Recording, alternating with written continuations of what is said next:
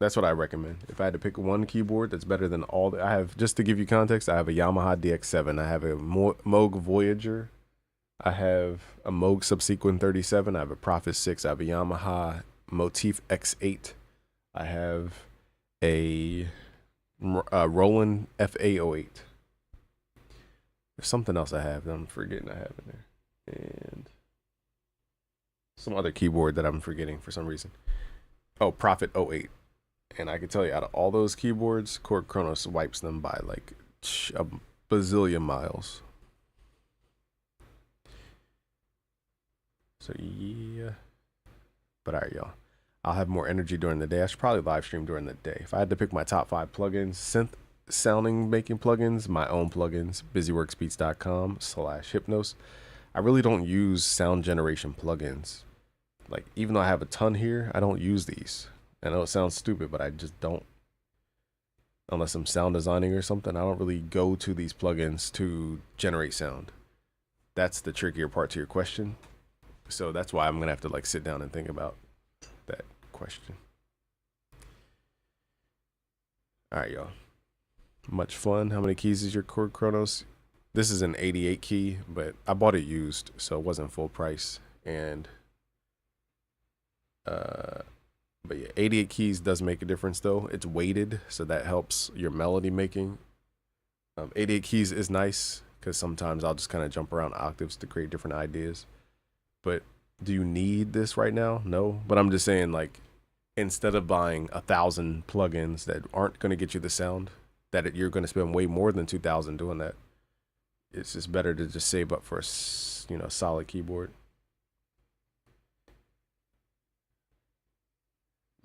Only thing I've seen is Korg Triton, but I think the problem is there's so many sounds in the Korg Kronos. In order to make it a plugin, it would have to be like 400 gigs of sound, and they'd have to like code a whole sound engine into a plugin. So I'm not sure how that would work. Like if it would be C++, CPU efficient, I'm not sure. But Korg Triton, if you guys want to kind of dabble, the closest thing I've heard to the Korg Kronos is Roland Cloud and Xenology. I will say those are close. If I had to pick one plugin, you have to have the cloud though to access all of the sounds in Xenology, or else Xenology won't play.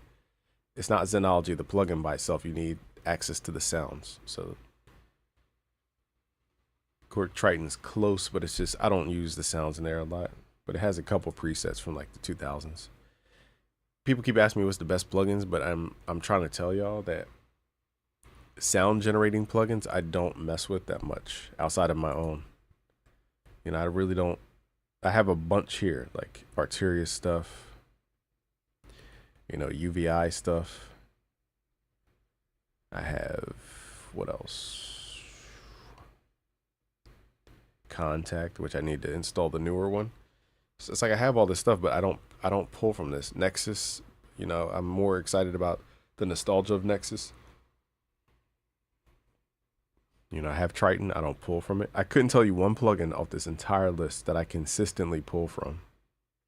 I'm just not really into like sound generating plugins.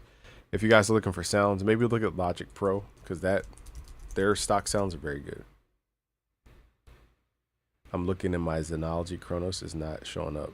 Oh no, Xenology has Roland stuff. I was just saying in general, Roland Cloud plus Xenology it sounds similar to a Korg Kronos. It sounds like the keyboards that I'm used to keyboard sound. It has a different level of detail. So when I heard that same level of detail in the Roland Cloud, I was like, okay, Roland's figuring it out. Only thing is their stuff is kind of CPU intensive, and the only way to really grab everything is like through the cloud, which you're gonna have to keep paying. But at least they let you own a plugin after you're done your year or whatever it is. What is that? Light version? Never heard of that plugin before. So again, use whatever inspires you truly. But I'm gonna wrap it up here. I don't want to keep going on and on and on. People expecting R&B gems, and I'm just talking.